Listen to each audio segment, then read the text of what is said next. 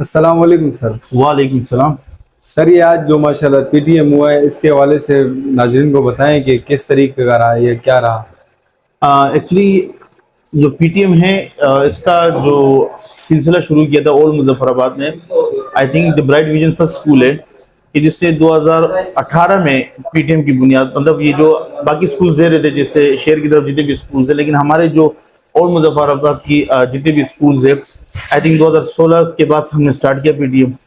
एक दो साल हमें काफी मुश्किलात का सामना करना पड़ा, क्योंकि यहाँ एक चीज थी कि लेडीज को स्कूल भेजना थोड़ा सा सही नहीं समझा जाता था। हालांकि जो फीस कलेक्शन करती थी वो भी लेडीज, क्लास टीचर्स भी लेडीज। हमारी कोशिश थी, क्योंकि जो मर्द होता है वो बाहर होता है, वो 8-10 घंटे जॉब करके आता है, उसको उस बच्चे की प्रोग्रेस के बारे में नहीं पता होता। जो औरत होती है वो घर में होती है। तो हमारी कोशिश है कि औरतें आए, जो टीचर है, फीमेल टीचर है, उनसे बात करें और जो मसले मसाइल है बच्चे के, उस पर बात करे। और उसके बाद से आई थिंक स्कूल काफ़ी इम्प्रूव हुआ है, क्योंकि टीचर्स ने स्कूल के मसले बताए, उन्होंने घर के मसले बताए, तो बच्चे के पास कोई ऑप्शन नहीं बचता।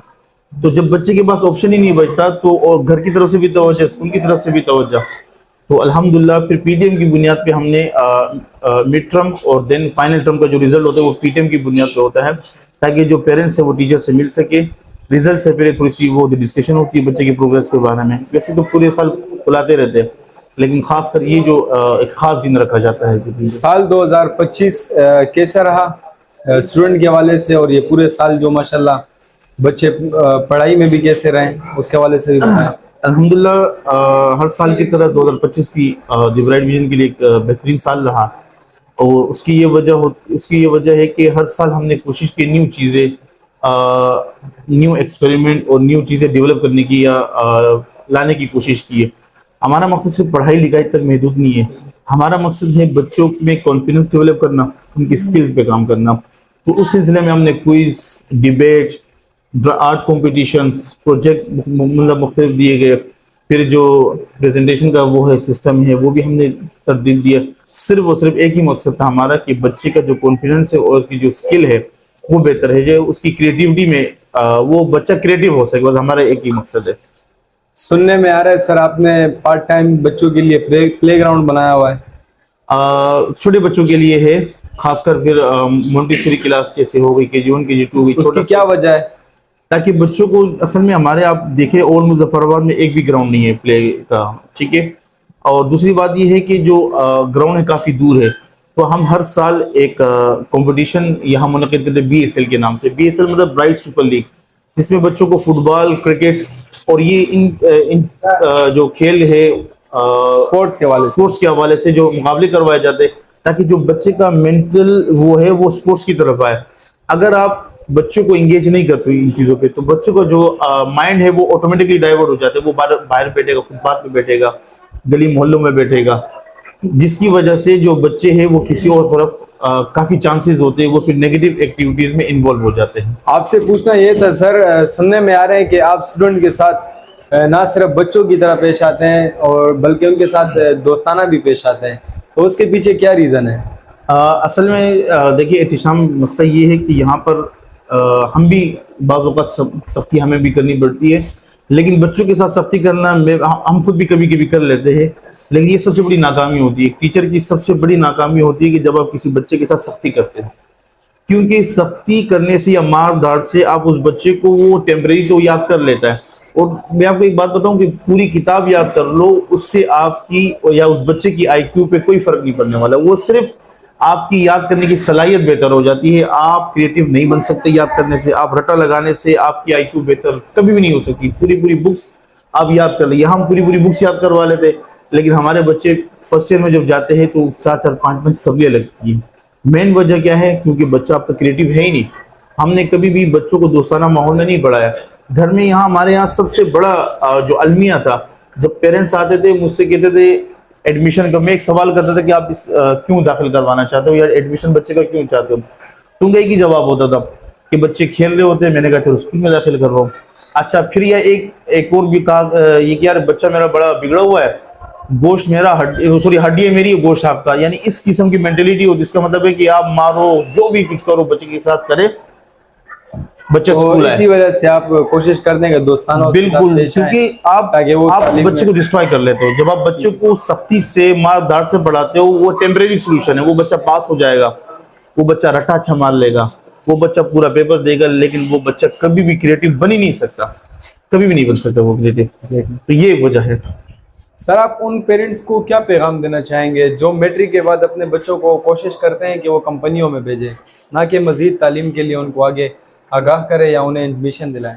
असल में हमारे यहाँ जो एक ठीक है हालात कभी है, हालात की वजह से भी नहीं पढ़ पाते, लेकिन सबसे जो बड़ी कमी है वो अवेयरनेस की है कि मैट्रिक के बाद क्या करना है, किस फील्ड में जाना है, किस तरीके से जाना है। इन चीज़ों की अवेयरनेस जो है ना हमारे पेरेंट्स और बच्चों में कम है। और अल्हम्दुलिल्लाह पिछले 2-3 सालों से क्या तकरीबन 4-5 सालों से मैं आफ्टर मैट्रिक भी पेरेंट्स के साथ टच में रहता हूँ। जितना मुझसे हो सकता है मेरी कोशिश होती है कि मैं बच्चों को एक बार यूनिवर्सिटी के गेट से एंटर करने की, वहाँ तक अगर जितना मेरा साथ चाहिए होता है बच्चे का, मैं कोशिश करता हूँ। क्योंकि उनके बच्चों के साथ साथ मैं उनके पेरेंट्स को भी बाकायदा इन्वॉल्व करता हूँ। उनको भी बताता हूँ कि यार आपके बच्चे के लिए कौन सी फील्ड बेहतर है, इस फील्ड में आप कैसे जा सकते हो, कितने एक्सपेंसेस है, क्या आप चीज़ें वो करोगे। तो अवेयरनेस के बाद अल्हम्दुलिल्लाह ये सब हुआ कि तीसरा चौथा साल है कि 4-5 बच्चे अल्हम्दुलिल्लाह मेरे यूनिवर्सिटी तक चले जाते हैं। सर आप मतलब इस तरीके कार से बताएं कि काफ़ी लोग पढ़ाई भी करें अपनी, और वो किस तरीके से काम भी करें और पढ़ाई भी करें। इस तरीके से वालिदैन को एक मैसेज दें कि वो अपना टाइम निकाले और इस जगहों से पढ़ना चाहिए, लाइक मैट्रिक के बाद। देखिए फॉर एग्जांपल अगर आप मैट्रिक के बाद अगर आप चाहते हो कि यार आपके हालात ऐसे नहीं है, आप जी, बच्चे वही को कह नहीं रहा हूँ। पढ़ाते हो, बच्चा खुद कफील हो जाए, यानी खुद अपने सपोर्ट खुद करे, उसके लिए आपके पास काफ़ी चॉइसेस है। मैट्रिक के बाद आप बच्चों को 1 ईयर का कोई मेडिकल का डिप्लोमा करवा दो, ठीक है। जब वो डिप्लोमा करते हैं, मुख्तलिफ किस्म के डिप्लोमे होते हैं, ठीक है। उस जानिब भी आ रहे बच्चे काफ़ी। हम बच्चों को ये कहते हैं, उनके पेरेंट्स कहते हैं यार कि हमारे पास आगे पढ़ाने के लिए पैसे नहीं है, तो उनको मैं ये मशवरा देता हूँ कि आप 1 साल का डिप्लोमा कर दे। अगर वो बच्चा 1 साल का डिप्लोमा करता है, 30-35 हज़ार रुपये वो खुद कमाता है, तो बाकी वो जो जिस इन्वायरमेंट में जाते हैं तो वहाँ से ऑटोमेटिकली ये हो जाए कि वो इन्वायरमेंट को देख देख के इंशाल्लाह वो अपना, क्योंकि मेडिकल फील्ड हो या कोई भी, आप जैसे ही एजुकेशन फील्ड में दाखिल होते हो आपके पास हर किस्म के लोग आते हैं, ठीक है। फिर आप उनको देख के ऑटोमेटिकली आपको माइंड बन जाता है कि यार ये बंदा सुबह पढ़ रहा है, शाम को जॉब कर रहा है, मुझे भी ऐसा करना चाहिए।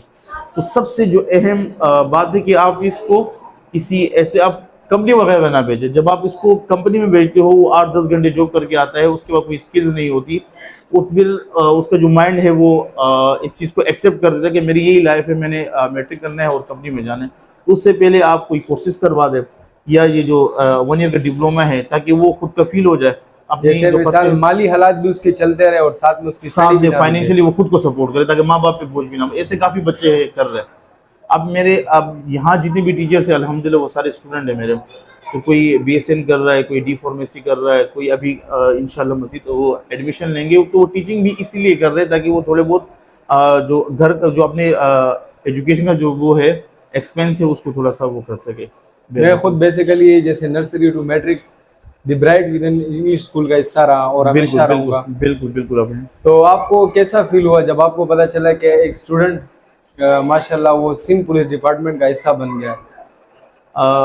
असल में पता है कि हमारी सबसे जो दुनिया में 2 लोग ऐसे होते हैं जो बच्चों की कामयाबी में बहुत ज़्यादा खुश होते हैं, वो चाहे वो किसी भी तबके से उसका ताल्लुक हो, किसी भी वो उसका हिस्सा हो। सबसे पहले वालिदैन जो अपने बच्चों को खुद से आगे देखना चाहते हैं, उसके बाद जो टीचर होते हैं वो। क्यों? क्योंकि टीचर्स ने जो कमियां या जो चीज़ें उससे रह जाती है वो कोशिश करता है, same as it is parents भी यही करते हैं कि यार मैं जो ना बन सका या जो कमियां मुझ में रह गई, मेरा स्टूडेंट या मेरा बच्चा वहां तक पहुंचेगा। तो जितना स्टूडेंट आगे जाता है, इससे जितनी दिली खुशी पेरेंट्स को होती है, उसके बाद जो टीचर वाहिद एक ऐसी शख्सियत होती है कि उसके दिल में ये खुशी होती है कि यार ये मेरा स्टूडेंट यहाँ तक अगर जा रहा है। फॉर एग्जाम्पल आजकल आपको जितनी भी अचीवमेंट है आपकी, ठीक है, एक कहते लेकिन मेरी एक खुशी है क्योंकि आपके नाम के साथ मेरा नाम कहीं ना कहीं जुड़ा हुआ है। और टीचर्स की एक लालच होती है कि यार मेरा स्टूडेंट आगे जा रहा है तो बस उसके नाम के साथ मेरी उसकी कामयाबी के साथ मेरा नाम जुड़ा रहे बस। वो टीचर उससे कोई लालच नहीं होती, कोई गर्ज नहीं होता। वो 10 बंदों को ये फख्र से और प्राउडली बता सकते हैं कि यार ये मेरा स्टूडेंट आज यहाँ तक इस मकाम पे पहुंचे। अगर आप जिस मकाम पे पहुंचे, बाकी स्टूडेंट जिस मकाम पे पहुंचे, तो सेम एज इट इज हम 10 बंदों को बता सकते हैं कि यार ये मेरा स्टूडेंट है।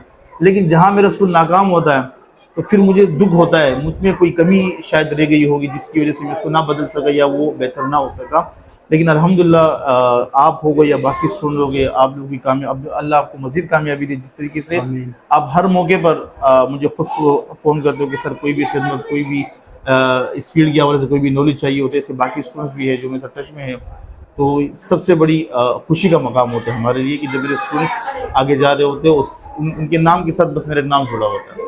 अभी इस साल प्रोग्राम जो है इंशाल्लाह एनुअल प्रोग्राम, ये कहाँ का प्रोग्राम किया है आपने इस बार, इस हमारी साल? जो एनुअल है, कोशिश हमारी ये है कि ये किसी बड़े हॉल में हो जाए, ताकि जो बच्चे हैं उनको मज़ीद हौसला मिल सके, और जिन बच्चों ने पोजीशन नहीं ली वो ये माहौल देखे और ये कामयाबी देखे, तो उनमें उनके अंदर भी ये जो है ना एक जज्बा पैदा हो मतलब पोजीशन हासिल करने का। सही। सुनने में आ रहा है सर वहाँ परफॉर्मेंस होगी मुख्तलिफ किस्म की, जो साल का प्रोग्राम होगा इंशाल्लाह। अल्हम्दुलिल्लाह हर एनुअल फंक्शन में आप देखते हो कि हम मुख्तलिफ किस्म की खाके या कुछ ऐसी मतलब परफॉर्मेंसेज हमारी होती है जिससे कोई मैसेज जाए, और यही चीज़ें होती है, यहीं से स्टूडेंट्स के अंदर जो कॉन्फिडेंस है वो डेवलप हो जाता है। जब आप मुख्तलिफ चीज़ उसमें हिस्सा लेते हो, चाहे स्पीच हो, चाहे वो क्विज़ हो, चाहे वो हो कोई खाका वगैरह हो, चाहे कोई टेबलो हो, तो अल्हम्दुलिल्लाह हर साल की तरह इंशाल्लाह इस साल भी आपको काफ़ी इफ़ेक्टिव और एक मैसेज देखने को मिलेगा हमारे उसमें इंशाल्लाह। इंशाल्लाह। साल 2025 में सर कितने % बच्चे फेल हुए हैं और कितने % पास हुए हैं? देखिए दिशाम, हमारी कोशिश ये होती है कि कोई बच्चा फेल ना हो, बिल्कुल। क्योंकि हम सिर्फ मैथ की वजह से, लाजमी नहीं वो बच्चा इंजीनियर बनेगा, मैं मैथ की वजह से उसका साल नहीं ज़ाया कर सकता। खासकर बच्चे मैथ में वीक होते हैं या वो साइंस की किसी फील्ड में वीक है, उसके साथ भी हम थोड़ा सा कोऑपरेट करते हैं। अगर वो साइंस के सब्जेक्ट में फेल है, बाकियों में अच्छे मार्क्स है, तो इट मीन्स वो फेल नहीं है, पूरा साल पढ़ता आ रहा है, उसको साइंस के सब्जेक्ट से लगाव नहीं है। लाजमी नहीं कि वो साइंटिस्ट बनेगा या वो मेडिकल फील्ड में जाएगा, उसके पास काफ़ी फील्ड है। तो एक सब्जेक्ट की वजह से बच्चों के 2-2, 3-3 साल ज़ाया करना, ये सरासर बच्चों के साथ ज़्यादती होती है। लेकिन हाँ, कुछ बच्चे ऐसे होते हैं, ठीक है, जो पूरा साल उनकी अटेंडेंस का इशू होता है, वो रेगुलर नहीं होते, वो पंक्चुअल नहीं होते, उनकी पेरेंट्स की तरफ से वो तवज्जो नहीं होती, बच्चों की तरफ से वो तवज्जो नहीं होती, तो फिर मजबूरन फिर हम उन पेरेंट्स को मुसलसल कंप्लेन करते रहते कि आपका बच्चा वीक है या आपकी तरफ से तवज्जो नहीं दी जा रही है, या जो बच्चा है वो घर में बिल्कुल बुक ही नहीं खोला। फिर मजबूरन ऐसा जो 2-3 सब्जेक्ट में वो बच्चा फेल होता है, तो फिर हमें उस मजबूरन ऐसे बच्चे को रोकना पड़ता है। लेकिन बहुत कम होते हैं, 1-2% भी नहीं होते ऐसे बच्चे, बहुत कम ऐसे बच्चे होते। बाकी तो हम अल्हम्दुलिल्लाह हम पेरेंट्स से मुसलसल लिंक में रहते हैं, और उनसे जो कंप्लेन होती है टेस्ट के हवाले से, काम के हवाले से, रीडिंग के हवाले से, वो अल्हम्दुलिल्लाह पेरेंट्स का अच्छा खासा ताउन होता है। लेकिन एक आध बच्चा अगर रह जाता है तो मजबूरन फिर हमें उसको रोकना पड़ता है। अब यूँ समझिए कि 1 से 2% ऐसे बच्चे होते हैं, ज़्यादातर बच्चे अल्हम्दुलिल्लाह कर रहे होते हैं क्लियर। सर जैसे हर साल ये होता है 9 क्लास जब बोर्ड पेपर दे देती है, जब उन माशाल्लाह से क्लियर करके आ जाती है, मैट्रिक में आती है, तो उनमें से थोड़ी सी वो आ जाती है, समझ रहे हो बात हो ना, मैं ज़ाहिराना नहीं बता सकता हूँ, लेकिन थोड़ा सा उनमें कॉन्फिडेंस लेवल भी ऊपर हो जाता है और मस्ती खोर भी हो जाते हैं। तो ये साल 2025 जो मैट्रिक क्लास है, उनके हवाले से आप क्या कहेंगे?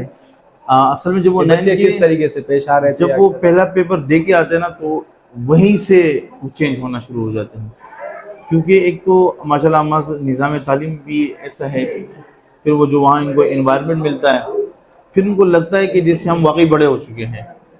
तो ये इश्यूज आते हैं जब एक बच्चा 9 के पेपर दे के आता है और मैट्रिक में अपनी एजुकेशन को कैरी करना चाहता है, तो मतलब जो आता है मैट्रिक क्लास में, तो उसमें और 9 की जो वो 9 में होता है उस बिहेवियर में और मैट्रिक की जो बिहेवियर होता है थोड़ा सा फ़र्क आ जाता है। लेकिन अल्हम्दुलिल्लाह हमारी कोशिश होती है टीचर्स को, हम पहले से उनको आगाह कर लेते हैं कि ऐसा ना हो कि 9 में आपको ये फलां चीज़ों का सामना करना पड़ेगा और मैट्रिक में आपका बिहेवियर चेंज ना हो जाए, तो उस पर हम काफ़ी काम कर रहे होते हैं। ये साल 2025 कैसा रहा मैट्रिक वाली क्लास मैट्रिक क्लास वाले बच्चों के साथ? अल्हम्दुलिल्लाह बेहतरीन रहा। साल 2025 पिछले 4-5 सालों की मैं अगर बात करूँ तो ब्राइट विजन स्कूल ने काफ़ी कामयाबियाँ समेटी है। अल्हम्दुलिल्लाह हर शोबे में काफ़ी कामयाबी मिली, मुख्तलिफ प्रोग्राम्स हुए, उसमें हमारी फर्स्ट पोजीशन आई, किसी में सेकंड पोजीशन आई। अभी अगर मैं 2025 की बात करूँ तो 10 तक जो क्विज़ और वो है स्पीच है, स्पीच में हमारी फर्स्ट पोजीशन आई थी, जबकि जो क्विज़ है उसमें हमारी सेकंड पोजीशन आई थी। अल्हम्दुलिल्लाह 25-30 स्कूल्स होते हैं, उसमें पहली और दूसरी पोजीशन हासिल करना बहुत बड़ी यकीनन बड़ी कामयाबी है। तो 10 तक 1 से लेकर 4 तक मुझे अल्हम्दुलिल्लाह पर्सनली बड़ी खुशी हुई जब मैंने आपके account the bright with English school जो यूट्यूब पर भी माशाल्लाह मौजूद है, फेसबुक पर भी मौजूद है, इसके अलावा टिकटॉक पर भी मौजूद है। तो मैं बेसिकली खुद एक टिकटॉकर भी हूँ। तो जब मैं स्क्रॉल कर रहा था तो बाई चांस मैंने वो वीडियो देखी, बच्चा माशाल्लाह आप लोगों ने बहुत ही खूबसूरत इस्तेकबाल किया था बच्चे का, फूल से भरे वो जिस तरह बड़ा मज़ा आया। वो मुझे खुशी हुई कि वाक़तन कि कामयाबी इसी को कहते हैं। और वो हर चीज़ हम देख रहे हैं, हर साल देख रहे हैं, स्कूल की तरक्की को देख रहे हैं, आपके माशाल्लाह वर्क को देख रहे हैं, जो यूनिफॉर्म वगैरह है। अच्छा, सुनने में ये भी आ रहा था, शायद ये मैं हो भी सकता है गलत हूँ, बोले स्कूल की जो यूनिफॉर्म है चेंजिंग होगी या वही जो कलर है वही है? नहीं, स्कूल की यूनिफॉर्म में कोई चेंजिंग और जो पहले यूनिफॉर्म था उसको चेंज करने का क्या रीज़न थी जब मैं पढ़ रहा था उस टाइम? उसकी वजह ये थी, वो जो यूनिफॉर्म तो उसमें आप देखिए वो उस हमारे जो बच्चे होते हैं ना, एक तो सबसे बड़ा मसला उनके साथ ये होता है कि यहाँ से जाने के बाद वो यूनिफॉर्म चेंज नहीं करते एकदम, 1-2 घंटे खेलने के बाद फिर उसके बाद जो मतलब यूनिफॉर्म चेंज करते हैं। तो वो जो था वो तकरीबन उसमें आप यूँ समझे कि वाइट कलर की तरह ही था, वाइट कलर ही था, ठीक है। तो बच्चे उसको संभाल नहीं पाते थे, खासकर छोटे बच्चे जो होते तो वो उसको नहीं संभाल पाते। तो मेल जो हल्का फुल्का जो मेल होता था वो बिल्कुल साफ दिखता था वहाँ पर, तो जिसकी वजह से हमने ये सोचा कोई ऐसा कलर हो जो इस इलाके के हिसाब से और बच्चों के लिए वो बेहतर होता कि बच्चे पूरा हफ्ता पूरा वीक जो है ना वो साफ सुथरा आ जाए। इस वजह से हमें ये यूनिफॉर्म चेंज करना पड़ा। सर ये न्यू एडमिशन जो भी माशाल्लाह हो रहे हैं इसके हवाले से बताएं कि क्या तरीक़ाकार है? अल्हम्दुलिल्लाह क्लासेस हमारी इंशाल्लाह 24 अप्रैल से शुरू होगी, लेकिन एडमिशन का जो प्रोसेस है वो तकरीबन शुरू हो चुका है। और ख़ासकर जो मोंटेसरी क्लास है उसमें हमारे पास लास्ट ईयर 80% वो जो 80 स्टूडेंट्स की थी गुंजाइश, अभी अल्हम्दुलिल्लाह हमने एक क्लास मज़ीद बढ़ा दी तो 120 की है, क्योंकि हमारे पास जो फ़ी क्लास है उसमें 30 से 35 बच्चों से ज़्यादा हम नहीं वो कर पाते। तो अल्हम्दुलिल्लाह इस साल भी 2 क्लासेस हमारे पास मोंटेसरी की वो फुल हो चुकी है। सिर्फ एक क्लास के हमारे पास एडमिशन होंगे 25 से 30 बच्चों के, और बाकी जो एडमिशन है वो हमारे पास सिर्फ इसी महीने होते हैं। तो जून जुलाई के बाद हम कोई एडमिशन नहीं लेते। तो एडमिशन सिर्फ अप्रैल से जो मई का जो मंथ होता है इसी में मतलब कि खुशगवार मौका जो है बहुत करीब है। फिर इंशाल्लाह एडमिशन शुरू हो चुके हैं, तो जो भी आना चाहे। और साल 2025 एनुअल प्रोग्राम इंशाल्लाह ये कब तक की डेट है? इंशाल्लाह मई के मंथ में जो एनुअल फंक्शन वो हमारा होगा, और डेट और डे और मेन्यू जो वेन्यू है वो बहुत जल्द अनाउंस किया जाएगा। वीडियो के थ्रू भी सबको दावत देने बगैर इंशाल्लाह जब जैसे ही डेट एंड वेन्यू हमारा डिसाइड होगा, कॉन्टेक्ट नंबर है हमारे पास पेरेंट्स के, तो हम पेरेंट्स को बाकायदा वक्तन फ़वक्तन आगाही उसके जो वो है मालूमात फराहम करते रहते हैं। तो जैसे ही फाइनल होगा एनुअल फंक्शन का डे और डेट और वेन्यू, इंशाल्लाह हम आपको आगाह करते हैं। जो सोशल मीडिया पे अकाउंट्स वगैरह वहाँ भी अपलोड करेंगे? वहाँ भी अपलोड करेंगे इंशाल्लाह। बहुत बहुत शुक्रिया, थैंक यू, बहुत शुक्रिया, बहुत